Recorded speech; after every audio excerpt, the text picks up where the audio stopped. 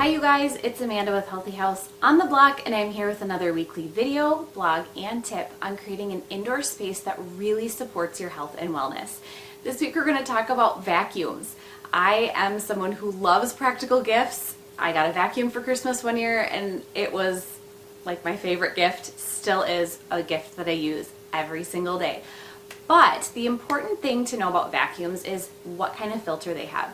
So today we're going to talk about the importance of the type of filter and how this pertains to your healthy house. So a healthy house is as free from toxins as possible. A lot of toxins live in our dust. Dust can be in our carpet fibers, it can be in the corners of our rooms, and having a vacuum that can remove this dust without pushing it back into the air is going to be key. So we're going to go through what you need to look for when you're shopping for a vacuum, the different type of filters that you can look for, which ones you probably want to avoid, and then of course I'm also going to share with you the vacuums that I use at home and the vacuums that get a really high rating for removing dust and dust particles from your home. So if you have someone in your house who suffers from allergies, this is going to be really, really important. It can make a huge difference when you can remove a lot of that dust, dander, and some of those toxins from your space. The one thing I love about just vacuuming in general is that it's a very easy way to reduce toxins in your space. All you have to do is run a vacuum, 1 to 2 times a week. We have a robot vacuum that we use when we're gone, and we do it every day when we leave the house. It has been a game changer in reducing the amount of dust and particles that are in our house. I'm also going to share with you in this week's blog post a link to another blog post I did that is all about the toxins that are in dust.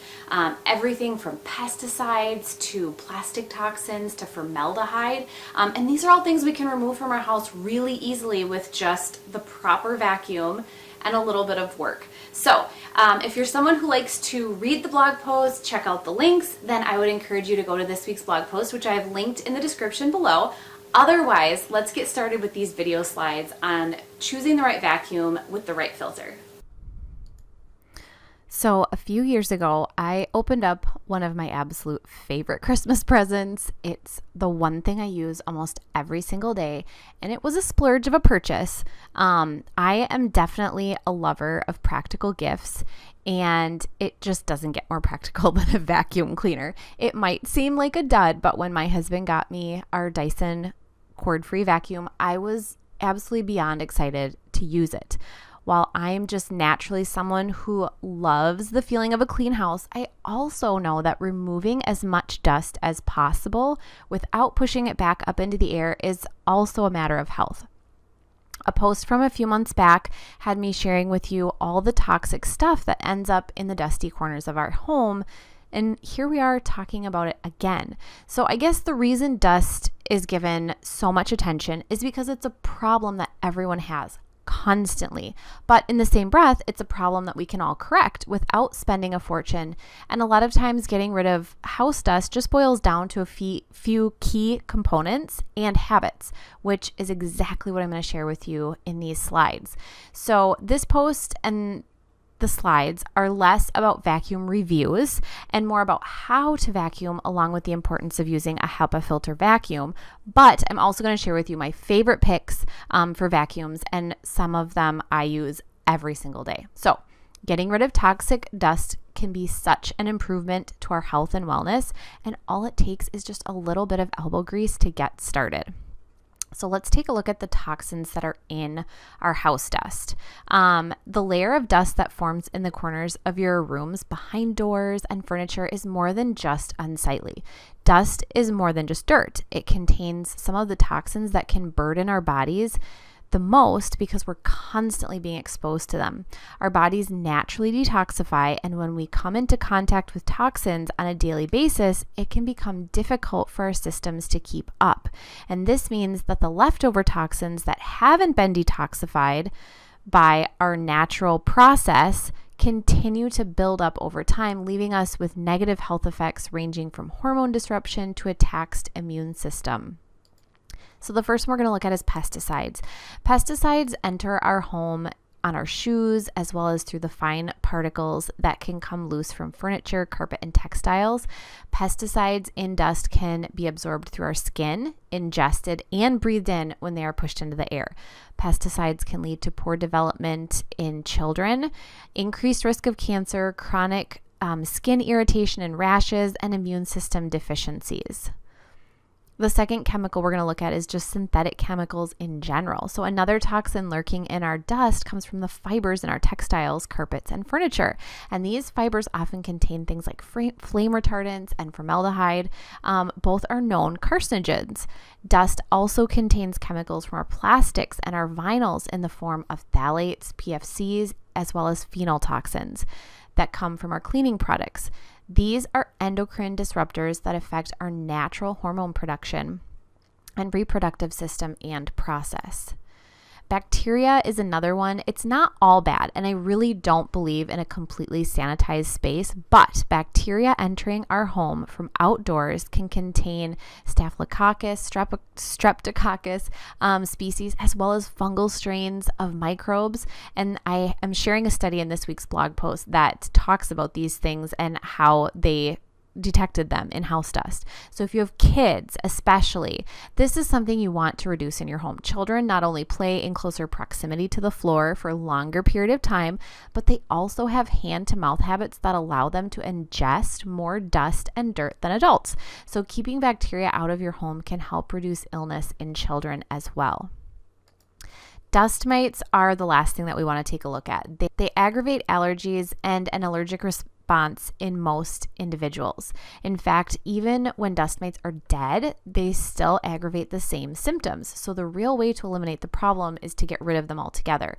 Dust mites do like a humid environment, and so reducing your humidity levels in your home to about 35% to 40% is ideal. And then you also want to make sure that you wash drapery and bedding frequently to eliminate the dust buildup on those textiles. So why are we going to be talking about HEPA filters? If you have any allergy sufferers in your home, a HEPA filter vacuum is an absolute must. A HEPA filter will work to remove contaminants and pollutants that are 0.3 microns and larger. So most bacteria and allergens range in size from 0.2 microns and up. So as you can see, vacuuming may not remove all the contaminants, but it will get much closer than a vacuum that doesn't have a HEPA filter. And because vacuuming pushes so many contaminants around, they can be pushed back up into the air. So the fewer particles that are able to be caught by the vacuum not only end up back on your floor, but they end up in the air for a period of time as well while you're vacuuming. And this allows you to breathe in the particles. So we're going to look at the types of HEPA filters in most vacuums. First, it's important to know that not every HEPA filter vacuum is using the same HEPA filter. So there are a couple different kinds of HEPA filters that are in most vacuums, and they're going to be different. So first, let's look at the true HEPA filter. This is going to remove 99.7 of the particles that are 0.3 microns and larger. So to give you a comparison, a strand of human hair is about 50 microns. So a true HEPA filter is generally it's gonna pick up a lot. It's made of thin fibers, sometimes glass, and it contains some sort of activated carbon-based material, which helps pick up these things. The second type of filter is a HEPA type filter. So this can be a little bit deceiving because it's not technically a HEPA filter. A HEPA type filter is completely variable on the size of the particles it can remove from the surface. So I advise not to get a vacuum with a HEPA type filter. We can also look at some letter classifications. So HEPA filters on vacuums are sometimes rated using the first 5 letters of the alphabet, A through E. This is based on how well they capture the particles and resist airflow for them to escape. A would be the least effective, and E would be the most capable of capturing chemical and biological particles. So in Europe, classifications are a little bit different. They're H11, H12, and H13, which indicate slightly different standards for each. And then the last thing we want to look at is sealing. While having a true HEPA filter is best, if you have a vacuum that doesn't properly seal in the contaminants and toxins being vacuumed up, it really doesn't matter. Vacuums should be and they should have an incredibly tight seal that doesn't allow particles to escape out back into the air. And sealing around the actual HEPA filter is the best way to make sure that nothing travels to different areas of the vacuum before emptying the canister. So let's look at how to vacuum properly. Most of us probably just vacuum like our parents did. Vacuuming is vacuuming, but not always, as it turns out. Running a vacuum over the floor once a week can get rid of some of those toxins, but we're likely missing a large portion of dust and dirt in other areas of the house. So here are some of my best tactics for vacuuming the right way and removing as many toxins as possible in your space. The first thing is going to be routine. I'll admit that every day when we leave the house, I run our Wise robot vacuum on our main level. It has been the best thing in keeping our floors clean and reducing dust in other areas of our house. So until we get another vacuum for other levels, I continue to vacuum those at least once a week. So running a HEPA filter vacuum at least once a week will help stay on top of dust and dirt that contains toxins. And if you have a robot vacuum, I say use it every day if you can. Corners and edges are places that often get missed. And to be honest, that's where the dust and dirt collects the most. So every so often, I like to get out my Dyson stick vacuum and the crevice tool and follow the baseboards around the house. It doesn't have to be done every week, but certainly once a month or so can really help reduce toxins in your space. Entryways are another space that we really want to focus on. Whether you enter your home from the garage or the front door, it probably collects the most amount of dirt and toxic dust. So these spaces that get used every day should get vacuumed every day. At my house, we vacuum it every single day and make sure that as little as possible gets tracked back through the house. The last thing we want to focus on is cleaning your vacuum. So in order to maintain the integrity of your HEPA filter vacuum, it's important to clean it out and replace filters as needed. Some vacuums require new filters and some you can actually clean and replace. Either way, cleaning the canister and removing hair from the beater bar and cleaning out the filters are a must when it comes to vacuum care. A HEPA filter vacuum won't work wonders if it's clogged and cleaned. So you need to get rid of the particles and dust every so often. So let's take a look at these vacuums that are my top picks. This vacuum is one that we have at home. It's like our full vacuum. It's the Shark Lift Away. I've been using it for years. It's extremely versatile. It works on all sorts of surfaces. It has a lift away feature where you can detach from the bottom and carry the canister around with you to get high up spaces. And it has a special floor option that you can add to the hose as well. So I think this is just a great vacuum if you want a full vacuum for your house. It's also very easy to clean. And so we clean it out, every 6 months or so. The next vacuum, this is our robot vacuum. I use it every day when we leave the house. And it has done an amazing job of tracking our home and getting every little corner. It removes the majority of dust and particles in our carpet and on our floors. And so that means that is not getting pushed around to corners. This stick vacuum is one that we use every day. We use it to clean up kitchen messes.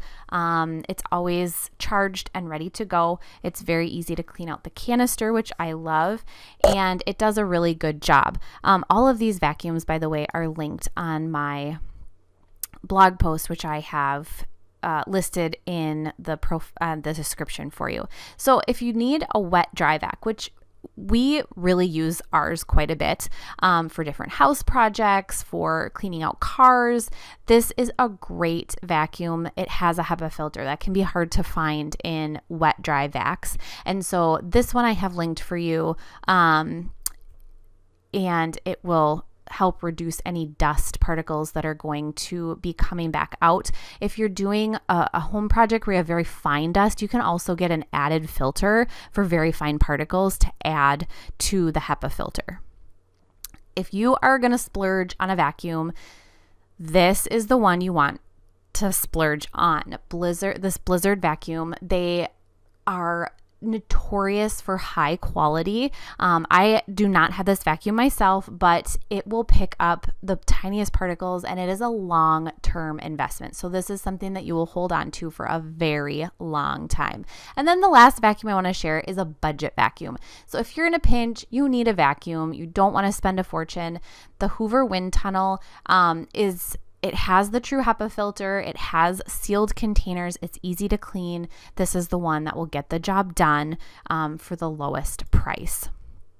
So if you want more information, links to those vacuums, head to my blog post for the week.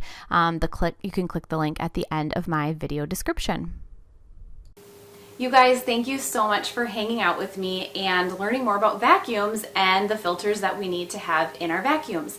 If you would like links to the vacuums that I mentioned, or if you want more information, head to this week's blog post, which I have linked in the description below. Otherwise, I will be back here next week with another healthy house tip on creating an indoor space and environment that supports your health and wellness.